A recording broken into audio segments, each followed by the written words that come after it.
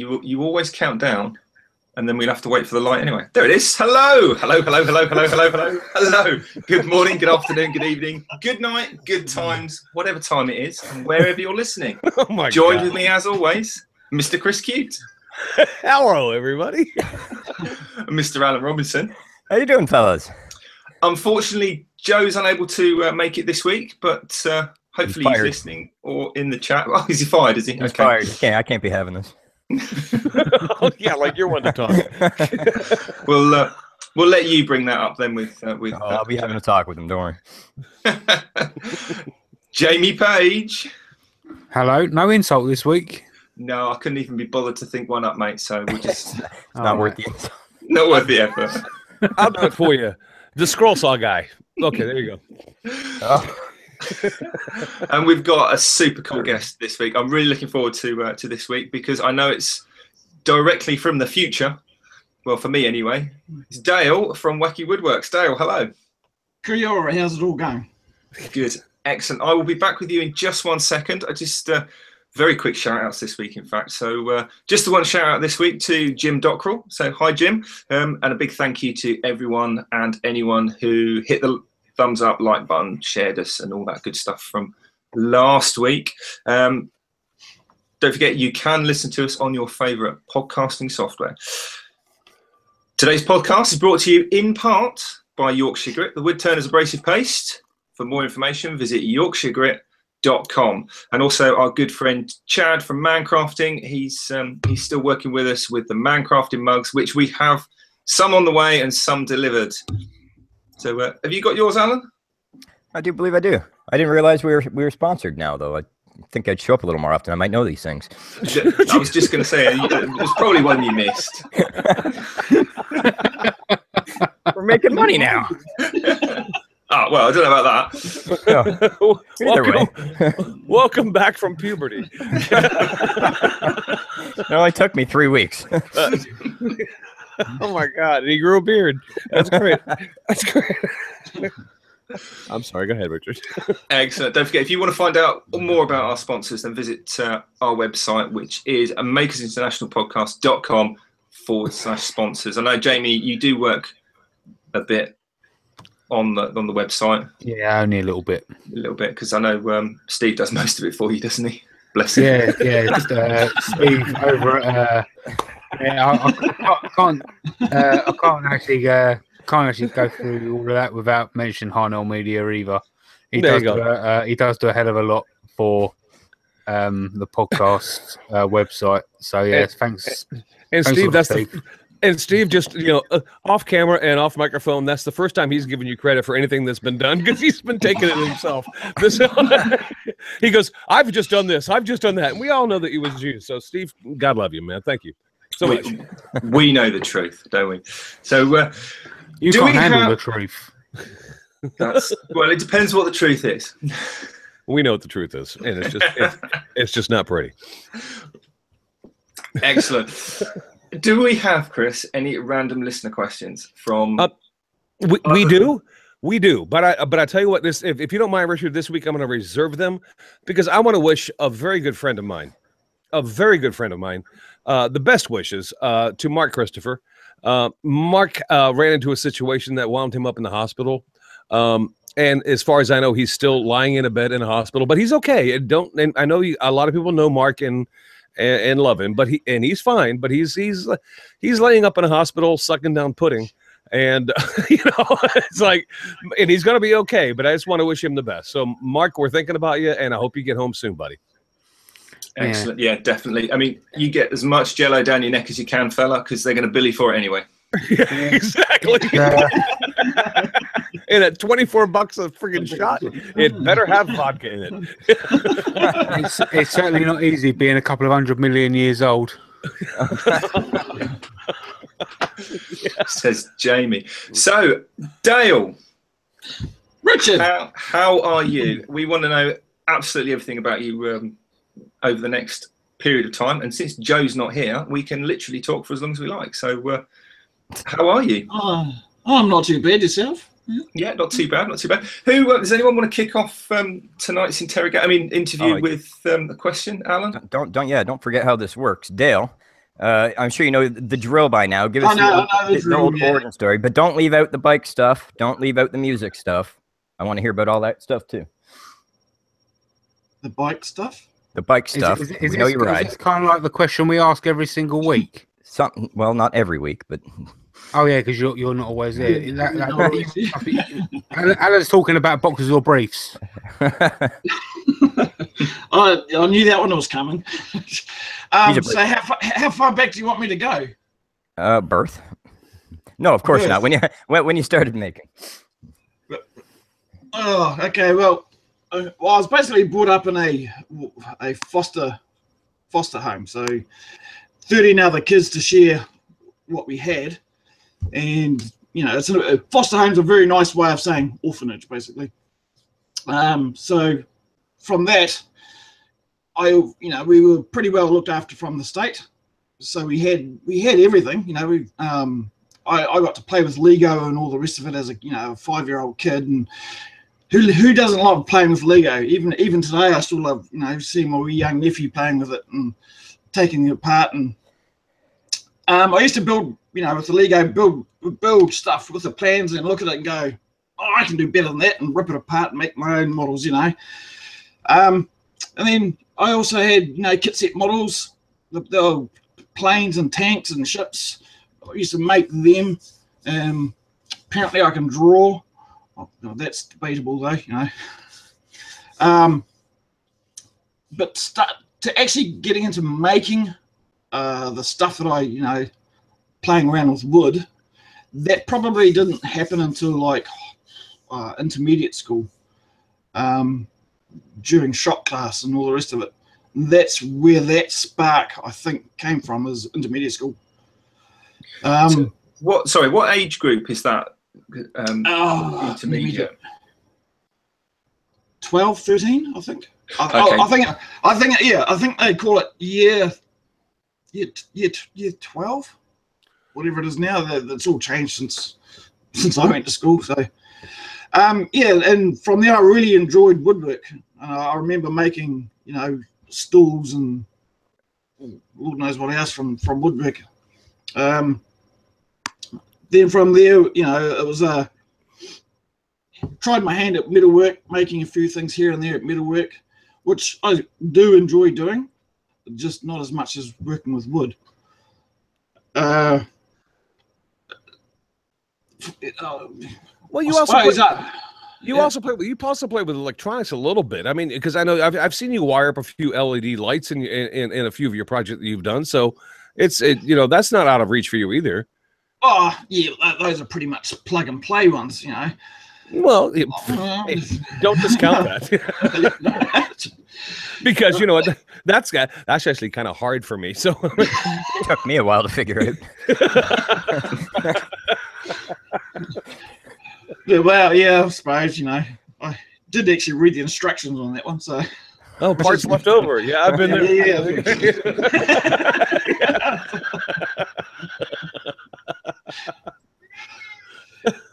From high school. After high school, I sort of went straight into the Royal New Zealand Navy, and that actually taught me a fair whack about life in general. Learning a lot of stuff just to use what you've got, basically, to make do. And I believe that's actually transferred over to my actual making skills. Although also drinking skills as well, but that's another story. hey, Dale, that's what sailors do, my friend. Yeah. How old were you when you enlisted? Straight from school, it would have been 17. 17, 18? Wow. Yeah, by time I left school, it would have been 17 and a half, which was the youngest you could join. Mm-hmm. And then by the time you left training, you'd be old enough to do active duty, right? Active duty, yeah. Well, I know Richard has a fair bit of experience as far as the military goes too, so maybe he has a question for you about the New Zealand Navy. Well, I was just going to say, I mean, how long did you serve for? I mean, some guys do 3-4 years and then straight out to do something else, and other guys, get a fair qualifications and they spend a bit of time there. So I I served 6 or 7 years. So that's a reasonable period of service. Yeah. I was radar. If you wanted to know, that was I was gonna say, what trade is that? And that probably goes back to your make, do, and mend, because if you have components that aren't working, you can't just nip down to your local Maplins or Tandys or Radio Shack and pick up a spare transistor or something, or whatever. Well, back then it was valves and. Sorry, dog, you've got to go. Yeah. I don't think he wants to. No, she doesn't. Yeah, so I really enjoyed the Navy, though. Travelled. Well, it's easier naming the places I haven't been to through the Navy than actually naming the ones I have been to. So, yes, that's including Canada and the UK, America. So you've been around. You've seen the world. Yeah. Yep. And thank you, New Zealand government. Yeah. Well, hey, you know what? No problem. I mean, you know what? I wish I would have been. I wish I would have been able to do that. And Richard, I know you traveled around a bit too, didn't you? Yeah, we got to go to a few cool places, but nothing quite as far afield as what Dale travelled. I mean, I think the furthest we went was the States and up to Sweden, and mostly in Europe, actually, for what we were doing. But I can definitely relate to, firstly, the amount of travel you get to do on someone else's budget. The not having things accessible.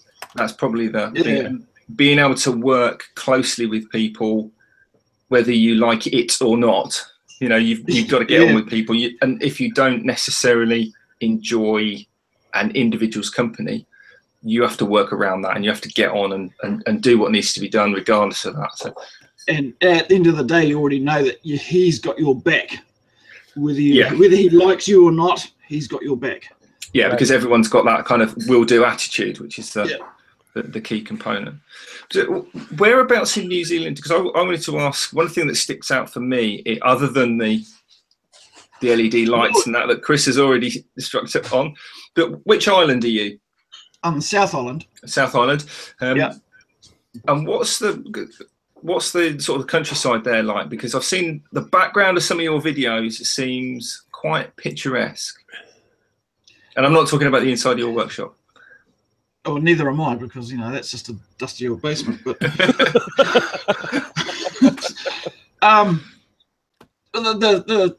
that's actually just my backyard. So Dunedin's got what they call the town belt, and it's a heritage thing where they're technically not allowed to take down the town belt, and the town belt is just a row going through the town, and it's trees, gardens and trees, and the end of it you actually see in the background on the hill. That's part of the town belt, and right, that's okay. Just in behind those trees you see in some of my videos is an actual motorway going up, the main south motorway going further south. So it's just luck that I can angle the camera to make it look like it's make it look like I'm living in the country or something when I'm not. I'm actually, the two neighbors are they're pretty close each side. So does that assist you in what sort of materials and tools you can get hold of, or are you limited or fairly? I'm limited what we can get to just in New Zealand in general, but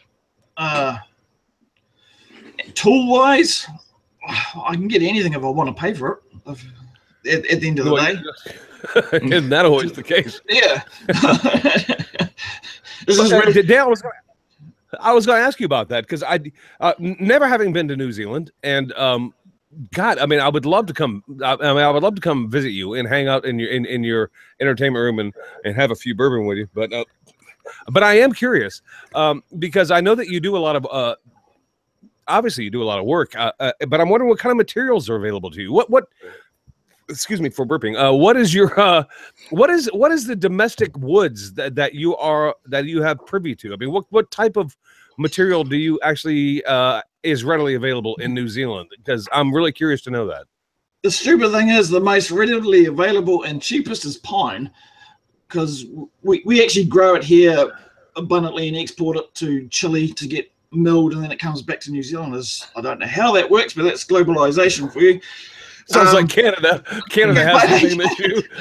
They grow it, send it to America, and then get sent back to them, and they get charged. Yeah. And I have no idea. But native woods, we have, Rimu, which is, this is Rimu, what she's named after. Mahogany, not mahogany, macrocarpa and kari and all the rest of it. There's quite a few native woods, but the main two that I go for, because I just love working with Rimu. It's a nice soft wood, and I just love the grain of it. Okay. That's awesome. A lot of houses were actually made with Rimu. I'm not familiar with that wood. I mean, is anybody else familiar with that?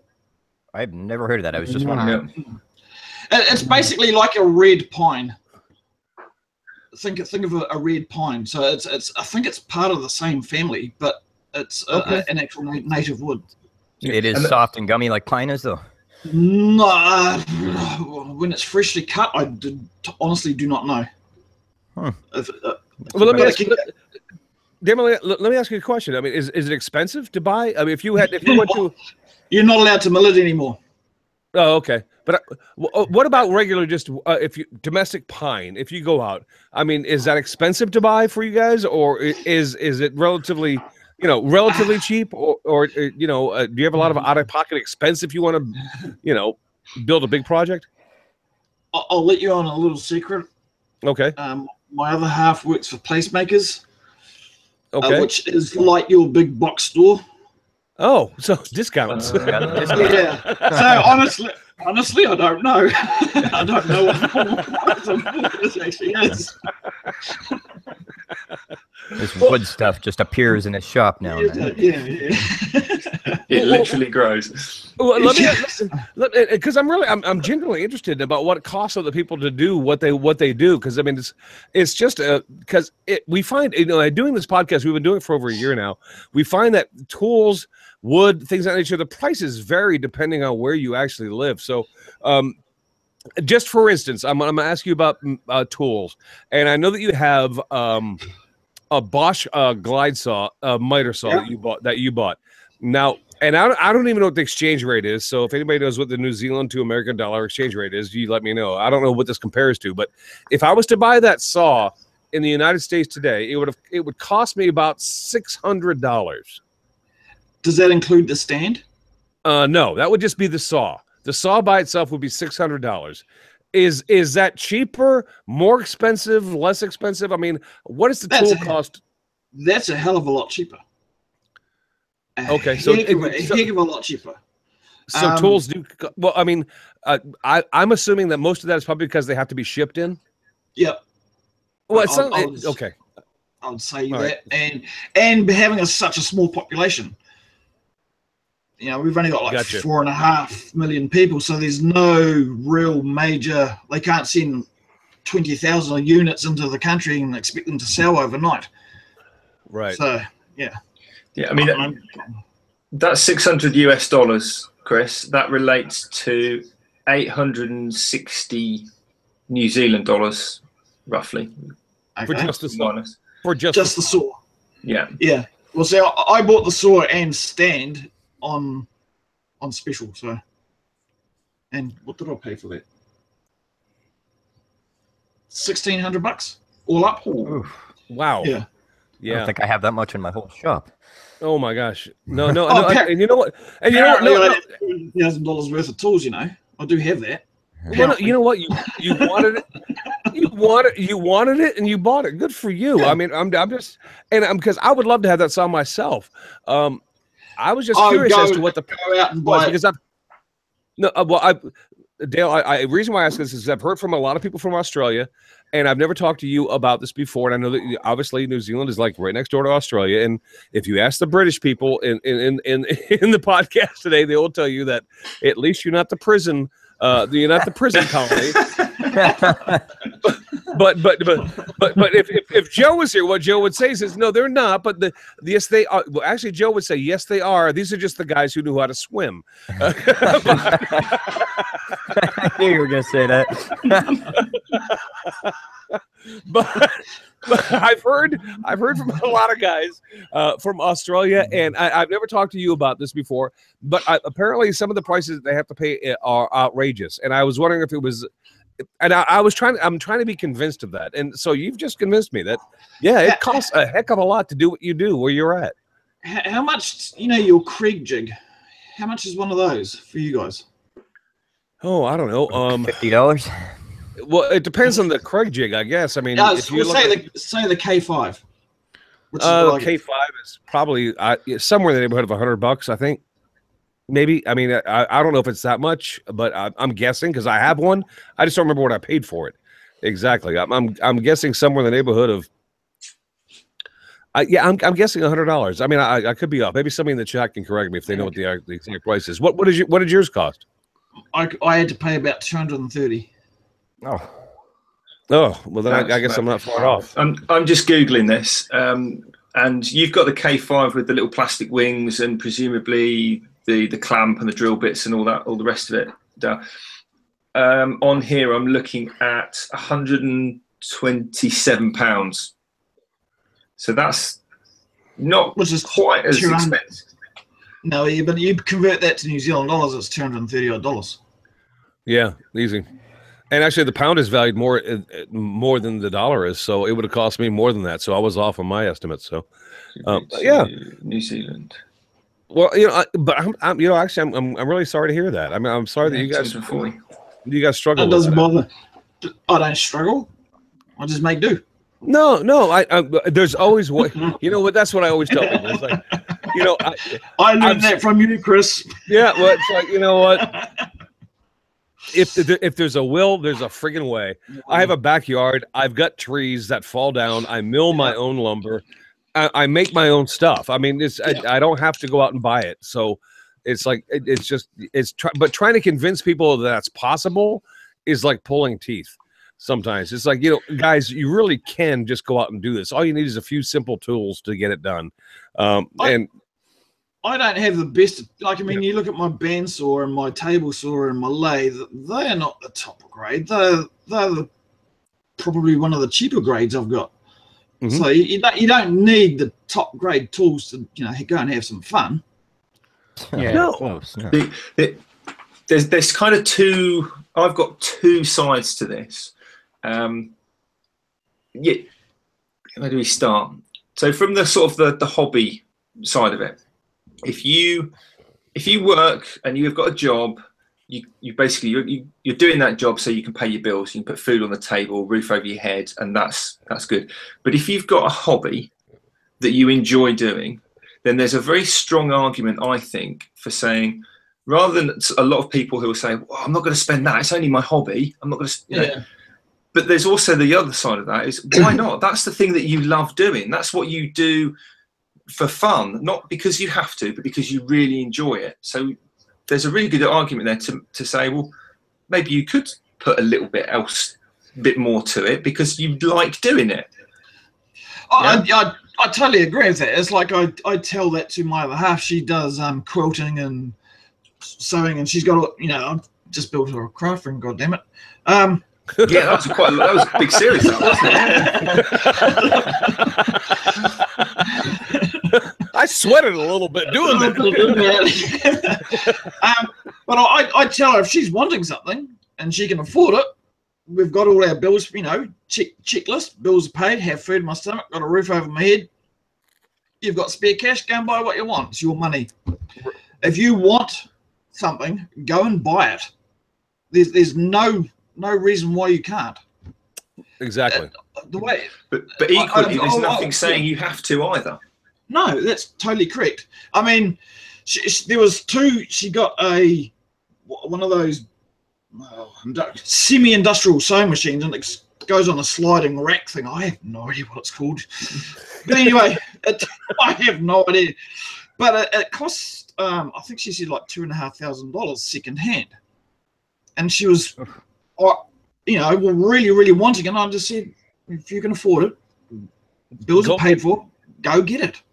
And she now uses that the machine all the time. That's her main go-to sewing machine. It just, you know. Well, that's awesome. I mean, that's great. I mean, that kind of explains it. I mean, if you can afford it, and if you want it, then go get it. And then don't let anybody begrudge you because you have it. It's because, you know what, you worked for it. It's yours. I mean, you know, Absolutely. Exactly. And it's the same thing, like, you know, with the F word. Yeah. I have no. I mean, I see somebody buy one. I'm going, oh damn! I wish I could afford one of those. Absolutely. There's nothing that. You know, yeah, exactly. Go ahead. I'm sorry. That's just taking it to the next level of me going, okay, I can't quite afford that, and really, I can't justify it. Although, you know, I could. But if I really wanted it and could afford it, I'd go and buy it, and I wouldn't care what somebody said. That, you know, what they said. You know, you've got to. It's mine. I work hard. You know, get up every day, go to work, come home, and then make a YouTube video for you guys. Exactly. It's like Richard said. It's because you're doing it for fun. I mean, I'll be honest with you. There is not a Powermatic. There is not a Festool that I have seen that I wouldn't love to have. I mean, it's like, but I have what you mentioned, like you said. Yeah. Can I justify it? And you know, if I really wanted it, you know what? I'd go out and buy it. I'd buy it. Yeah, I'd go out and buy it. We actually now sell the saw stop here in New Zealand. I actually looked it up the other day, and it was like nearly $7,000. Oh man! Oh, $7,000 for a saw stop? Yep. I'm sure they've got cheaper versions out there, but that was just the main cabinet saw that they had. So I was like, yeah. No, I think and guys, correct me if I'm wrong. I think a saw stop cabinet saw, at least in the U.S., I think the main cabinet saw goes for about $3,000 here. Exactly what I was just gonna say. It was about $3,000 the last time I looked at it. Yeah. Yeah. I don't know what you were looking at, but I've never seen a $7,000 saw stop. And, you know, I've seen the $3,000 one, and I've seen the $3,000 one in person at a trade show. Yeah. And I would not pay $3,000 for that machine. I mean, it's a wonderful machine, but it's just way overpriced. But whatever, that's a different story. We've got a few questions from outside the chat now. We've got a question from Jim Dockrell. Briefs. No, not that one yet. No. Okay. No. Oh, actually, yeah, go on. Yeah, go on. Yeah, go on. I'll let you answer that. Boxers or briefs? Yeah, briefs. I knew It's a bit cold down here. It gets a bit cold down here, the old dingly bit, so. Right here. A little comfort never hurts, right? Yeah. That's why you got the old snowball for that. There's a reason we don't have a female audience. Actually, we should, if you think about it. Anyway. The question from Jim Dockrell. Is Dale allowed in his wife's hobby room now that it's done? No. Wake up, Dale. I'm working on it, okay? I've got to put my CNC somewhere.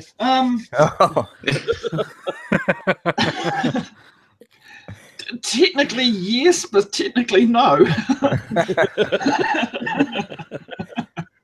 Well, the last video you put out, you actually were able to walk in there and film it, so at least you can do that. But yeah, but she wasn't there, so.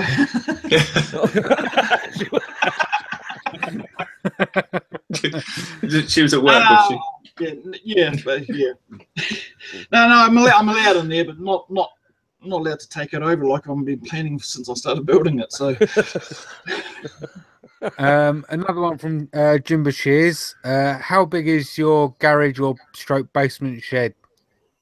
I wanted to ask that question. I've technically never measured it. What? I have to get back to you on that one because I don't really know. I've never. I think I've seen like pretty much every one of your videos, probably every single one of them, and it's always hard to tell the gauge of your shop by watching your videos. it's Looks like you have way too much stuff, or the otherwise. oh yeah. There's that, but it's I live in a 90-year-old, no, 100-year-old now, 100-year-old house, and we live on a bit of a hill. So house here, I'm going to say it's probably 1,200 square foot. Yeah, I don't need to, call a taxi from my table saw to my drop saw. Hey, Chris. So smaller than He couldn't answer, so he mocked Chris. Dale, I couldn't. Dale, just don't get Richard started. Don't get him started. I honestly have never measured it, so I can't really answer that. It's not whatever size I've got to navigate around house piles as well. So, well, that was something I was going to mention. It doesn't seem to be like an open square space. No, Lots of there's a bit here and a bit there, and you notice. I was going to say, are you living on a hill, because some parts seem much lower than others, and all the rest of it. Yeah, it takes up about a third of the house. I'm going to say like 30 square meters all up. So it's a reasonable. I mean, you've got potentially space to move around and build relatively. I have, if I actually decided to fully develop it. I mean, part of it's actually not even, still dirt floor. So, well, as long as you keep your camera in there, you're good. Yep, and make it look tidy behind me. So that's the name of the game.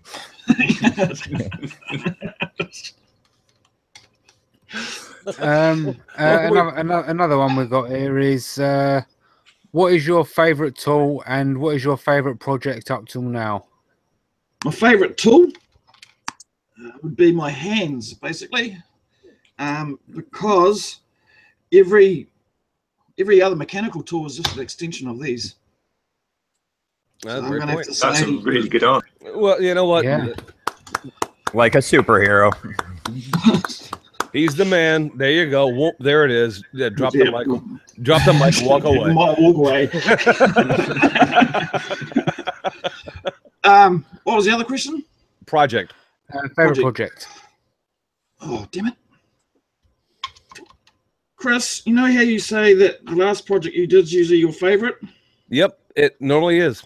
Yeah.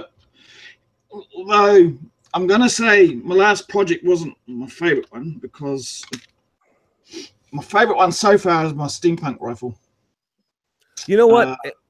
And you didn't get enough. You did not get enough love for that video, and for the videos that you put out on that.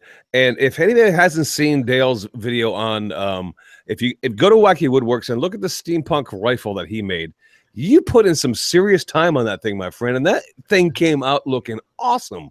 If you want to see some craftsmanship, go take a look at that video, because that was awesome. So Dale, I'm glad you said that. Thank you. I like it because it was freeform art. I wanted to make a gun, steampunk. I don't have to follow the design of the one off Star Wars to get it right, and then people are going, "Oh, you didn't get that right." Whereas steampunk, it's whatever you want it to be. So, and I enjoy just finding bits of junk lying around, going, "Oh, put that together, see how that works," and that seems to be a bit of a theme on a lot of your projects. Most of my projects, in terms of, well, I was going to say, you do a lot of very accessible projects, or what people would deem to be an accessible project. Just off the top of my head, things like the backlit signs, the Anzac Day, the Yahtzee, and the tic-tac-toe. I really enjoy those videos, because they're not something that I would necessarily think about making myself until watching yours. And then I'm thinking, oh, okay, yeah, these games, and you think, oh, chessboard, and then you go, oh, backgammon board, and then they're kind of almost a catalyst for other ideas to develop from them, if that makes sense. And I really like that about a lot of your projects, because you could just take that concept, whether it's steampunk or game or what it, or lit something, and you could run with it in all sorts of directions. Well, that is actually technically my goal of my channel. I don't really want to be doing over complicated projects, you know, dovetails and all the rest of it, because who can do them by hand? I can hear crickets in my headphones.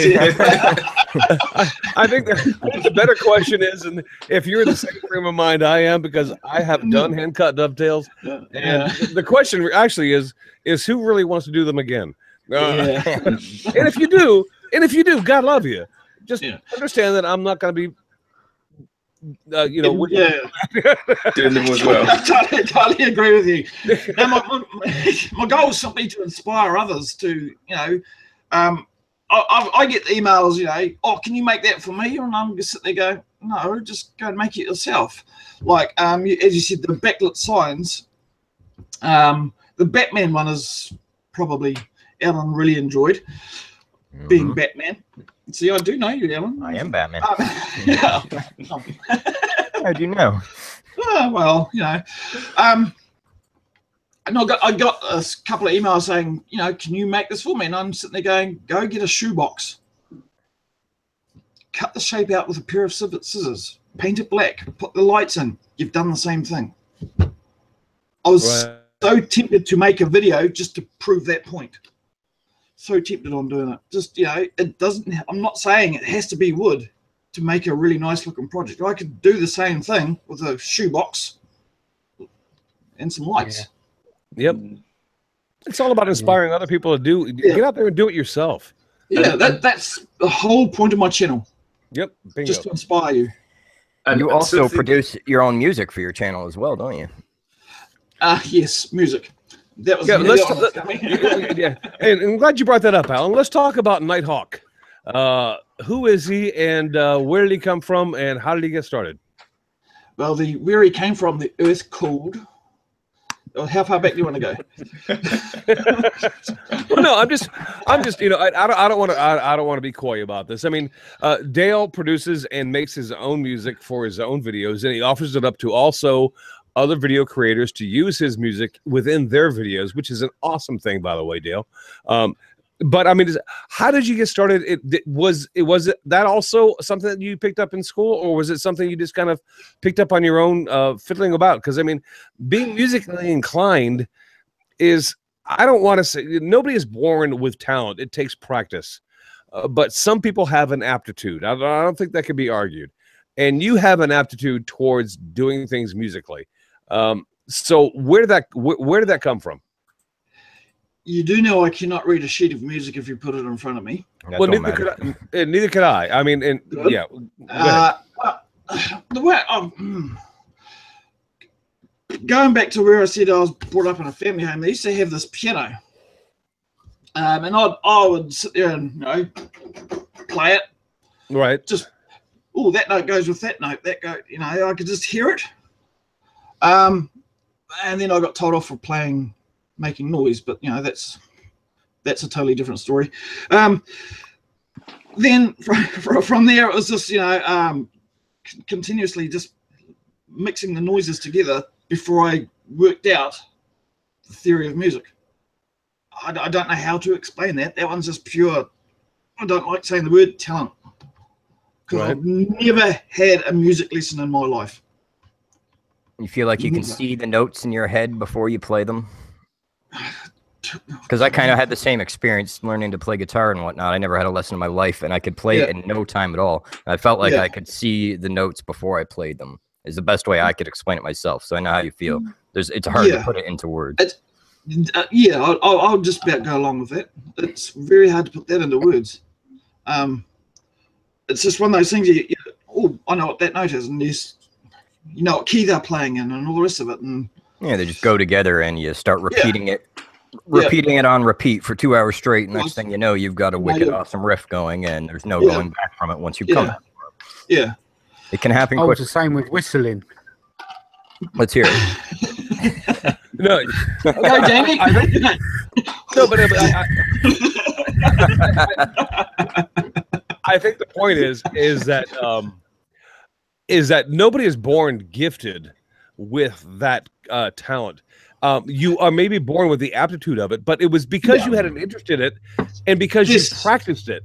You took the time you practiced it to hear the notes, to put them together. It takes that amount of there's no such thing as an overnight success, because you have to actually put the work in. And you know what, Dale, I got to be honest with you. Some of the stuff you put out is absolutely fantastic. I love this. I love the soundtracks that you actually put out, and they are fantastic for YouTubers to use. And I would encourage anybody who's out there doing YouTube videos to check out. And Dale, tell them where they can go so they can get if they want to use your music and give you proper credit. Where would they go? The easiest way to find my music is going to wackywoodworks.co.nz /music. There you go. Is it / or /? So if you're looking for a track of music for your video, and and YouTube's library is just like discussing you, which it normally does everybody, then Dale's got some. How would you describe your music, Dale? A noise. No, man. No, seriously, it was an ongoing joke for the websites that I used to upload my music to. They asked, oh, that's a really cool track, like you've been saying. I say, thank you very much. I just call it noise. Eventually, some of the sites gave me my own genre, hawk noise. Is that what they called it? That's what they called it. Gave me my own genre, hawk noise, and I went, thank you. And I just burst out laughing, and yes. Not many people can say they've got their own genre. But would it be fair if I had to classify your music? Would it be fair to classify it as electronic with a lot of different feels to it? Yes, that's fair enough. Electronic with a really rock feel to it as well. Some of them. Yeah, I would agree with that. But I mean, you have some very electronic that, if perceived correctly, are very tender and very calm. So, yeah, okay, awesome, rock and roll. Good for you, man. I admire that. I really do. I admire that. Maybe you can make us a new intro song for Makers International. Oh, you're doing all right with what you've got, isn't it? Actually, I really like our intro song. Voiceover gets annoying. Yeah, the voiceover guy's got to go. But fired. You're out. He's not been paying his $10 a month. Yeah, right. According to Alan, $29.95, and I've yet to receive a check. They're all in the mail. I know they are. Yeah, right. Honestly, you guys. Jamie, nobody likes you. Nobody likes you. Anyway, go. just going back to my music, though, I never had any intentions of selling my music, so I just thought I'd give it away to the community. So that's awesome. That is awesome, and it is awesome you did that. And if once again, if anybody wants to use that in their videos, if you're out there, if you're a YouTuber and you want to make some videos, and you're looking for music, go check out Dale's site because he's got some great tunes. I know I've used several of them in my own. So hey, give it a look because it's not bad. It's actually pretty good. Thank you. Ellen, you asked something about a bike. What? Yeah, you ride. Oh, the motorbike. Yeah. Duh. Oh, God, Alan, ask him about what kind of bike he rides because I want to know. What kind of Ducati do you ride? Oh. Sorry, I had to. Dale, do you ride a Ducati? Yes. Outrun the F-111 until takeoff. Oh my God. Alan, have you ever ridden a Ducati? No, I drive a little scooter. See, I was going to say Alan's got his little. It can do 30. It can do 30 kilometers an hour. Downhill. Yeah, tailwind. 32 downhill because it's governed still. Dale, I have never ridden a Ducati, and I used to own them. I'd be honest with you, I miss my motorcycle, but I gave up riding a while back. Why? Well, I'll tell you in a second. But I mean, I have driven everything from a Harley, I've ridden, and these were on my friends' bikes because I never owned them. I've a Harley, a BMW, a Triumph. I rode the original Kawasaki crotch rocket once and decided I didn't want to die. But I actually owned for about a year and a half. I owned a Yamaha 750, and it was it was a lowrider, and it was black, and I loved that motorcycle. And I would. But I'll tell you why I don't ride anymore, because I was driving down a 2-lane road. Okay, traffic going one way, other traffic going the other way, and there was a car that was pulling in from the other side, to try to get into traffic, and he didn't see me. Yeah. And I was driving down a road that's famous in Florida because it has royal palm trees lining each side of the road. And a royal palm tree, if you don't know it, is the equivalent of a cement light post, okay? So if you hit it, that thing isn't moving. And this car and these palm trees were maybe 20 feet apart from each other. So I'm driving down, and this guy runs me off the road, and I have a choice here. I have a choice. I can go ahead and hit the car and let him mess me up, or I can try to weave between these palm trees that are basically 20 to 30 feet apart, and I'm going 40 miles an hour. And I managed to weave between 1, 2, 3, and I finally had to let the bike go.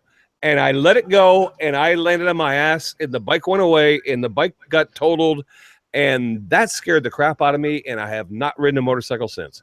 That's why I do not ride a motorcycle anymore, but I used to love to ride that motorcycle down to the beach on the evenings, watch the sunset. I mean, I really miss that, but I am afraid to ride a motorcycle to this day because of that.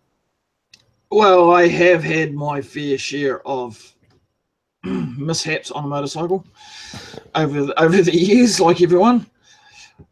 But it's like getting back on the horse. Yeah, you know what it was, but at that point in time, I was so close to death.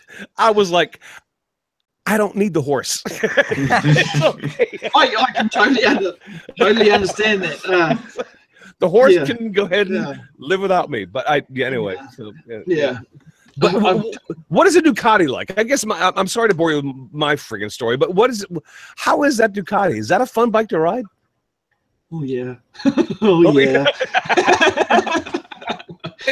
You'd have to ride motorcycles, guys, to know what we're talking about, because there's bikes that are fun to ride, and there's bikes that are just kind of you have to work at them, and there's kind of bikes that you just kind of sit back and relax on. But if the Ducati is what I think it is, I'm betting that's a fun bike to ride. Well, yeah. I just like taking it through the back roads and through the twisties, and then you open the throttle up, and the Duke, she says, "Oh, so you want to play?"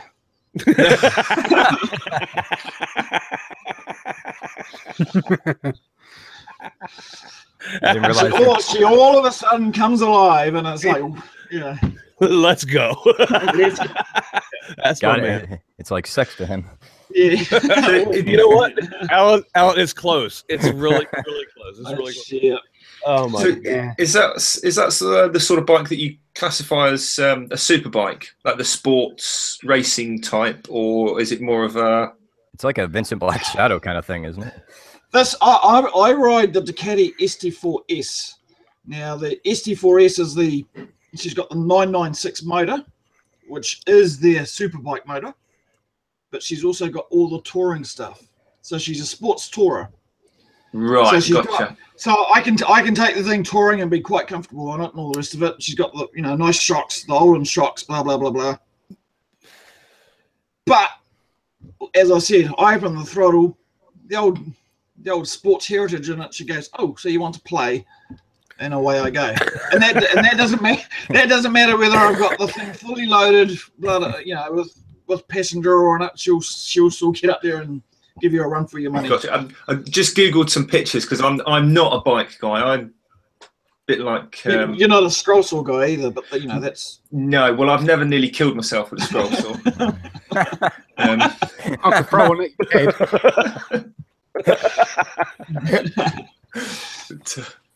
No, just looking at I just googled a picture of it. So when somebody says, I mean, I've got a rough idea of what the the 99 series look like. Yep. And I think MotoGP sort of bikes rather than like a touring bike or like a Goldwing or something like that. Well, yeah, the 996 motor is what what started them off being in the sports and on the track. That's where their heritage is basically. But the 999, well, you wouldn't say no to owning one of those either. Yeah, sorry. I guess if you're in a bike, you wouldn't say no to him. A lot of them. Yeah. Well, there's quite a few I wouldn't say no. Just even just to have a ride on them, So, all right. Well, Dale, I love your channel. Thank you very much. I'm super happy that you were able to come on with us. I know. Happy Labor Day to you. Because the only way we were going to get him on today was because I knew that today was Labor Day in New Zealand, and it's morning in New Zealand there. It's afternoon for us. It's evening for the guys in the UK. But man, it's been fun. Thank you so much for coming on with us. Thank you. It's been cool. Thank you very much for having me. You should have a new tagline for your channel. So you want to play? Yeah.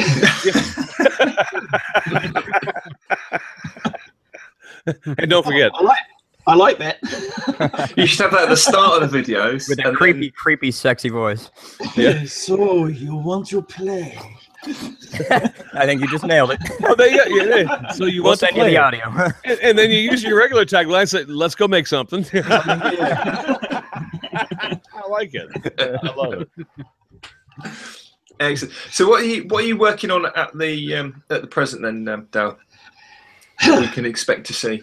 You've probably, if you actually watch my channel regularly, I have no idea what my next project is. I go downstairs and make the first cut, and I say to myself, "Oh, I'm obviously making this at the moment." I've got nothing planned. There you go. Off the cuff. Anyway, buddy. Yeah, most of my videos are off the cuff. No plans, no nothing. It's just. Yep. Let's do this. Make it Let's happen. just do this. Yeah. Let's play. Maybe you could pull out your scroll saw and make some Halloween type thing, or router, or something like that. Because there's a challenge going on, isn't there? Yeah, there's a couple of fools giving each other grief about something. Yeah, like that. It's all very childish.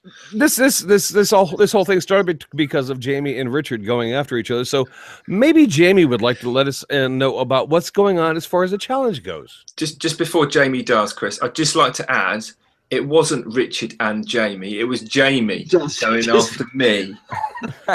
Actually, I was tricked into it. Richard, semantic. It was me talking to Andrew McQuillan about it, and Richard turned around and says, "Well, I've actually got that scroll saw, big mouth." You see, tricked. All right, it takes two to dance. All right, so and one's toast on. And one's tomato, yeah. No, let's be honest, because it takes two to dance, and one's the male and one's the female. And Richard, I'm hearing female from you. So one's the male and the other's the bitch. So Jamie, what's going on with the friggin' challenge? And what's going on Richard, with the you challenge? should never have opened your mouth. What's going on with the challenge? Okay, right. It is a Halloween theme. You've either got to make something with the scroll saw or hand router, or a router, but it's got to be done hand routed. No jigs or anything like that. All Halloween theme. All entries have got to be submitted to challenge@makersinternationalpodcast.com prior to midnight on October 28th. So we can, the judges, should I say, can look over the entries ready to be announced for the winners on the podcast on the 29th of October. Awesome. So, are you saying I'm only allowed to use the scroll saw or the router? Yes. Either one. But we're having two competitions. One is for the scroll saw and one is for the router. So there's two. You can enter whatever category you want to enter, or you can enter both. It doesn't matter. Yep.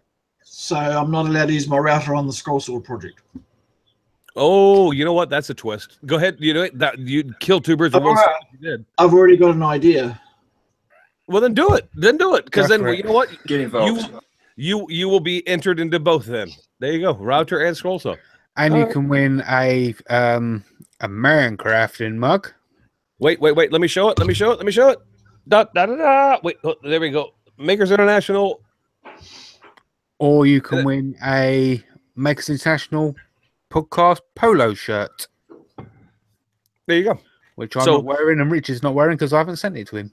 You still got it. Yeah. I'll send it to him when I get the cups off of Chad. Now, granted, the Mancrafting mug is worth winning. The polo shirt, maybe not so much, but it's all for fun. So if you want to get involved, let's just do it for fun. Yep, without doubt. Definitely. Totally agree. Are you working on anything at the moment for that, Jamie, or are you still working on other projects? Yeah, I will. I've got all mine drawn out. The router one I've not at the moment. I still have no idea what I'm going to do for that, but I'll figure it out by the time I've got my scroll saw one done. But I guess you'll have plenty of time to think about it, won't you, while you scroll somewhere? Yeah, I'll probably just write boo on it since I know you're not going to be doing anything.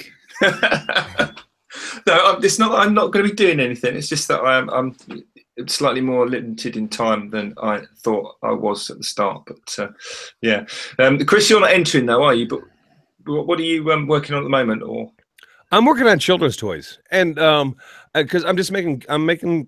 I don't want to hit people. I mean, every time I'm afraid people are going to throw I'm afraid people are going to throw like rotten fruit and vegetables at me because they're just not ready for this. We haven't hit Halloween yet. I'm making toys for kids for the upcoming holiday season. Let's leave it at that. But I can tell you who I am watching, if you don't mind. I'll make definitely. I am watching, and this week for me, it's kind of a metalworking day for me this week. I mean, because both of these guys did some great videos. The first one was David Gagne from Elm City Vintage. He put a video up as part of the Dirty Smith Zombie Weapons Challenge.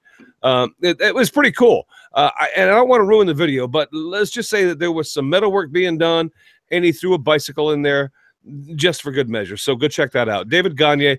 The name of the channel is Elm City Vintage. And the second one I'm going to give a quick shout out to was just uploaded today, and it's my buddy Gerald and our friend Gerald, the Redsmith. He just released part 1 of a crossbow build that he's getting ready to do, and that's worth checking out, and I can't wait to see how that comes out. So those are my 2 shout outs today. So go check out Elm City Vintage and the Redsmith, if you don't mind.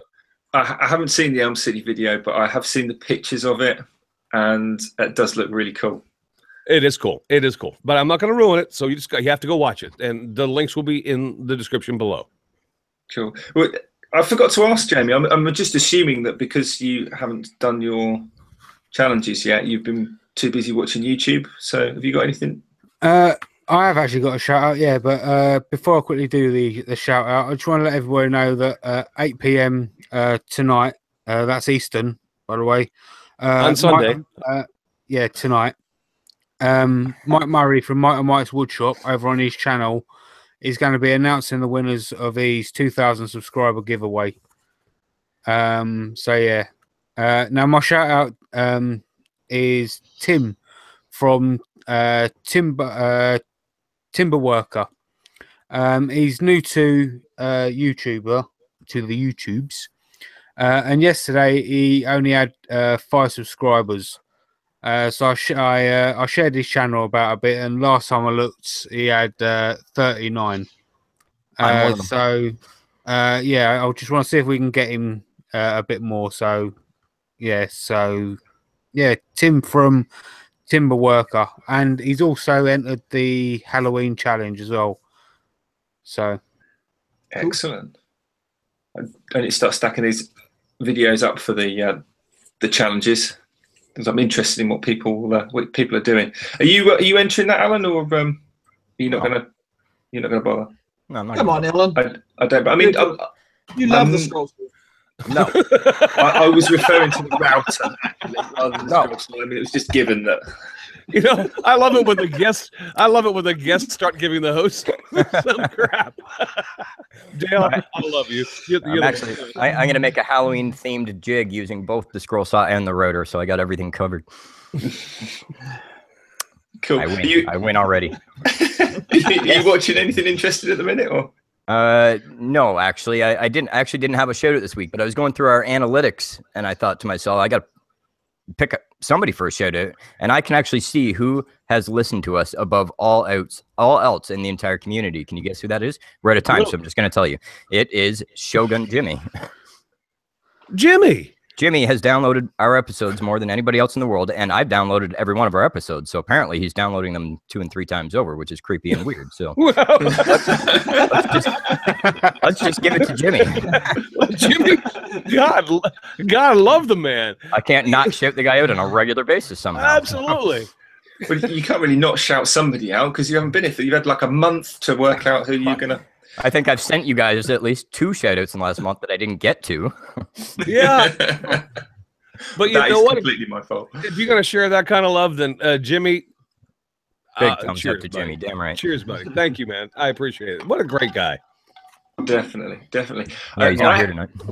I don't have a shout-out this week, purely because I've been mega busy working on... Not the Scroll Saw project, obviously, but I'm building that. I mentioned last week I'm building that big train set for somebody in their loft.